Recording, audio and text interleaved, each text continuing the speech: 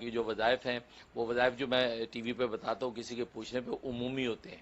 وہ پوچھنے والا تو ایک ذریعہ بنتا ہے لیکن وہ عمومی ہوتا ہے کہ آپ کے اگر اسی طرح کے حالات ہوں تو آپ بالکل جو ہے اس پہ عمل کر سکتے ہیں, اس پہ کوئی مذاقہ نہیں ہے, اس کی عام اجازت ہوتی ہے.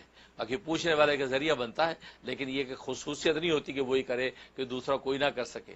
یا یہ کہ آپ نے ماں سنا کسی اور شخص کو کوئی تکلیف ہوئی, آپ نے میرا وہ وظیفہ سنا ہوا ہے, اس کی بھی میں نے اجازت دے رکھی کہ آپ آگے بتا سکتے ہیں کہ ہاں بھی مفتی صاحب ہمیں یہ وظیفہ بتایا تھا, یہ آپ یہ عمل کر لیں.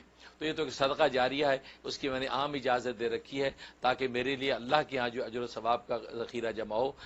قرآن کریم کی تلاوت جو ہے ناغے کے دنوں میں منع ہوتی ہے, لیکن باقی جو ہے ذکر و اذکار, اللہ کے اسماء کا ذکر, دروشی وغیرہ وہ ناغے کے دنوں میں بالکل پڑھ سکتی ہیں. تو کوئی بھی اسم اعظم یا حیو یا قیوم یا اللہ یا رحمان یا رحیم, اس طرح یا ذل جلالہ والاکرام وغیرہ, تو اللہ کے کوئی بھی نام ہے اسم اعظم کے وہ ناغے کے دنوں میں خواتین پڑھ سکتی ہیں, اس میں کوئی مذاقہ نہیں ہے. یہ سورہ بقرہ کی آیت نمبر 211 ہے, 211 ہے, اس پر آج ہم گفتگو کریں گے. اعوذ باللہ من الشیطان الرجیم, بسم اللہ الرحمن الرحیم. سل بنی اسرائیل کم آتیناہم من آیت بینہ ومن یبدل نعمت اللہ من بعد ما جاءتہ فإن اللہ شدید العقاب. سوال کر بنی اسرائیل سے کتنی ہم نے دی ان کو اپنی قدرت کی نشانیاں واضح, اور جس نے بدل دی اللہ تعالیٰ کی نعمت بعد اس کے کہ اس کے پاس نعمت آ گئی, پس بے شک اللہ تعالیٰ سخت سزا دینے والا ہے. یہ وہ آیت ہے 211 نمبر سورہ بقرہ کی. جہاں تک اس کے فضائل و فوائد کا تعلق ہے, یہ آیت جو ہے آتیناہم سے آپ نے پڑھنی ہے. سل بنی اسرائیل, اس کے بعد کم آتیناہم ہے, تو آپ نے آتیناہم سے پڑھنی ہے. آتیناہم من آیت بینہ ومن یبدل نعمت اللہ من بعد ما جاءتہ فإن اللہ شدید العقاب. یہ اتنی آیت.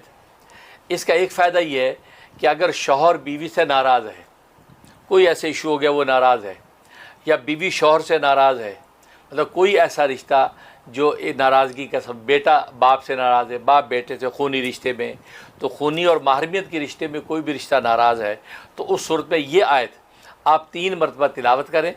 اول آخر ایک ایک مرتبہ درود ابراہیمی پڑھیں, پڑھ کے ہاتھوں پہ دم کر کے چہرے پہ پھیر لیں, اور اس کے بعد اس شخص کے سامنے جا کر گفتگو کریں.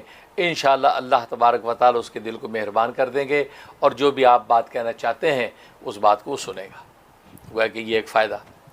دوسرا فائدہ یہ, کوئی حاکم وقت ہے یا عدالت کا جج ہے یا آپ کی جو ہے وہ بزنس کا باس ہے, وہ آپ سے ناراض ہو گیا, کوئی ایسی غلطی ہوگی جس کی وجہ سے اب آپ کو جو ہے یا تو نوکری چھوٹنے کا خطرہ لاحق ہو گیا, یا مقدمے کے حوالے سے مسائل پیش آنے کا اندیشہ ہو گیا جبکہ آپ حق پر ہیں, تو اس صورت میں یہی آیت جو ہے 11 مرتبہ پڑھیں. اول آخر 3 مرتبہ درود ابراہیمی پڑھ کے آپ ہاتھوں پہ دم کر کے چہرے پہ پھیریں, پھونک لیں, اور وہ جو عدالت میں چلے جائیں مقدمے کے لیے, یا اپنے باس کے سامنے جائیں, یا یہ کہ وہ جو حاکم ہے اس کے سامنے اب چلے جائیں. انشاءاللہ اللہ کی رحمت سے اللہ اس کے دل کو مہربان کر دے گا اور اس کی ناراضگی آپ سے ختم ہو جائے گی. اور تیسرا فائدہ یہ ہے کہ کسی سے آپ کو کوئی حاجت ہے, کوئی ضرورت لاحق ہے کہ آپ چاہتے ہیں یہ ہمارا یہ فلاں بندہ یہ کام کر دے, اور اندازہ یہ ہوتا ہے کہ بندہ بڑا خرانٹ ہے, کام کرے گا نہیں, اس کے دل کو جو ہے موہنے کے لیے, قابو کرنے کے لیے کمال کی تاثیر اس کے اندر ہے. آپ اسی آیت کو 7 مرتبہ پڑھیں, 7 ٹائم. یہ کاؤنٹنگ جو میں بتا رہا ہوں, کہیں 3 مرتبہ کہیں 11 کے ساتھ, اس کی بڑی اہمیت ہے, امپورٹنس ہے, یہ ذہن میں رکھیے گا. 7 مرتبہ جو ہے وہ اس آیت کو آپ پڑھیں آتیناہم سے. اول آخر جو ہے 3 مرتبہ درود ابراہیمی پڑھیں, اور پڑھ کے اپنے بدن پہ دم کریں, اور یا ناصرو یا ناصرو یا ناصرو پڑھتے ہوئے آپ اس شخص کے پاس جائیں اور اس کے سامنے گفتگو کریں. یا ایک اور طریقہ یہ ہے کہ آپ یہی آیت اس طرح پڑھنے کے علاوہ خوشبو پہ دم کریں, خوشبو پہ دم کر کے وہ خوشبو اپنے اوپر لگا لیں, یا پرفیوم ہے تو پرفیوم کے سوراخ پہ 3 پھونکے ماریں, وہ پرفیوم چھڑکیں. جب آپ شخص کے پاس جائیں تو اس کی خوشبو جو ہے وہ اس کی جو ہے مشام کے اندر داخل ہو, اب آپ اسے گفتگو کریں. کمال کا فائدہ ہے. پھر آپ دیکھیں اللہ کی قدرت کا تماشا کہ کس طریقے سے وہ آپ کی ضرورت و حاجت پوری کرتا ہے.